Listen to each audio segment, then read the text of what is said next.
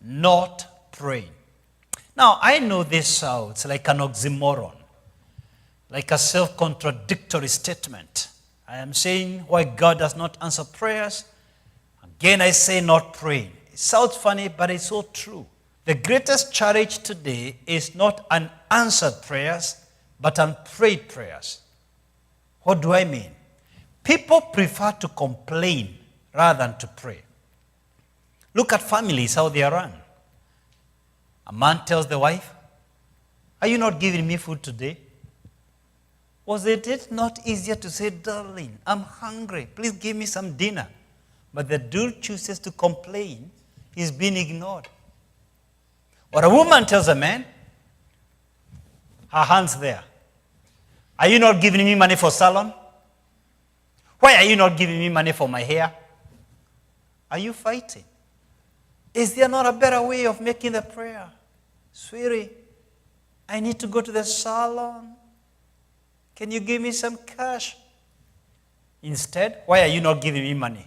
You're complaining, you're not praying. And that's what we do with God. "Why are my children in alcohol? Why are they depressed? Why is it only our family, everybody divorces? Oh, they die young." You're just complaining, but you're not praying. That's exactly what the Jews did when they reached the shores of the Red Sea. Rather than praying, they saw the military, the Egyptian military behind them, and the Red Sea, an impossible case before them. Rather than praying, they began to complain. Exodus 14, 10-12. As Pharaoh approached, the Israelites looked up, and there were the Egyptians marching after them. They were terrified and cried out to the Lord. They cried, but they never prayed. Look at verse 11.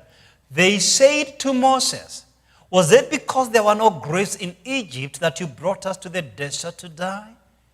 What have you done to us by bringing us out of Egypt?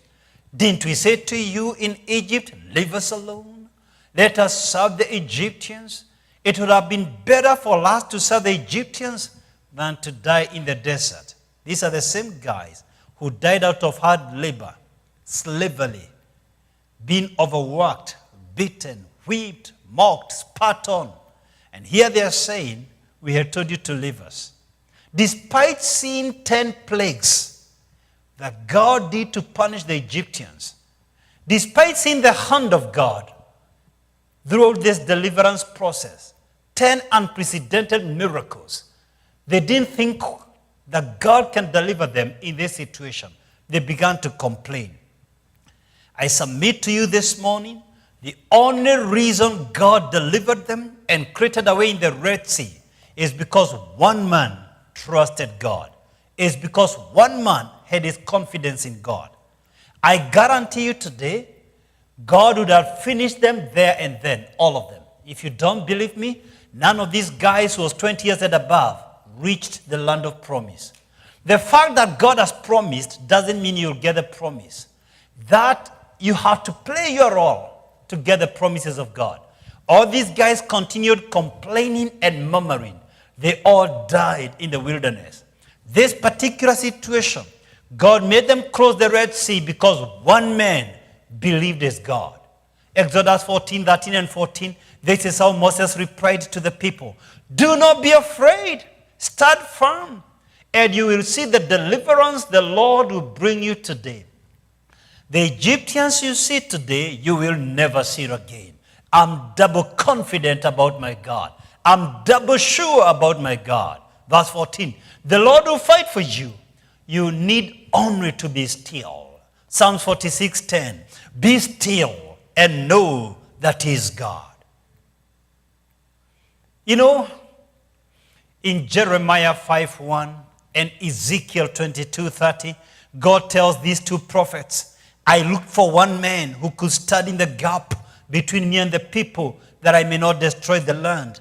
I found none, and therefore I have raised them to go to Babylon, to be slaves, to go into captivity, because I never found one man, the way I found Moses, who stood in the gap on behalf of Israel." Not once did Moses intercede for the nation of Israel.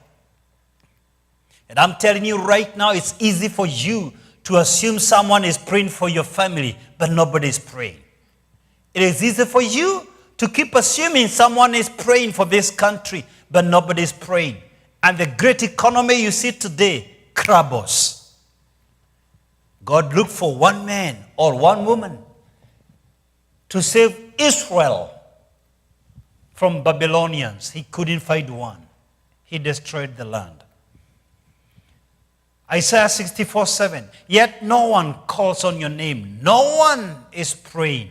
No one calls on your name or pleads with you for mercy. Therefore you have turned away from us and turned us over to our sins. Isaiah 43:22. You have not called on me, Jacob. You have not worried yourself for me, Israel. No one is tired because they have prayed.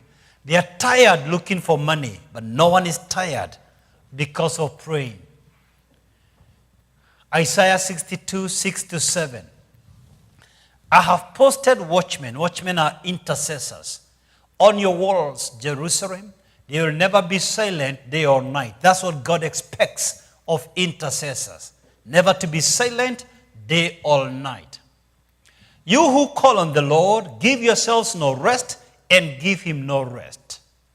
You who call on the Lord, give yourselves no rest and give God no rest till he establishes Jerusalem and makes her the praise of the earth. You who call on the name of the Lord, give God no rest and do not rest till he makes the church the place of refuge in our generation. Give God no rest and don't rest until he establishes your marriage. Give God no rest and don't rest until God prospers you in every good way. God is challenging us and inviting us. You're just too lazy. No one is praying. Prayer is work. Get down to business. Don't rest until your prayer is answered.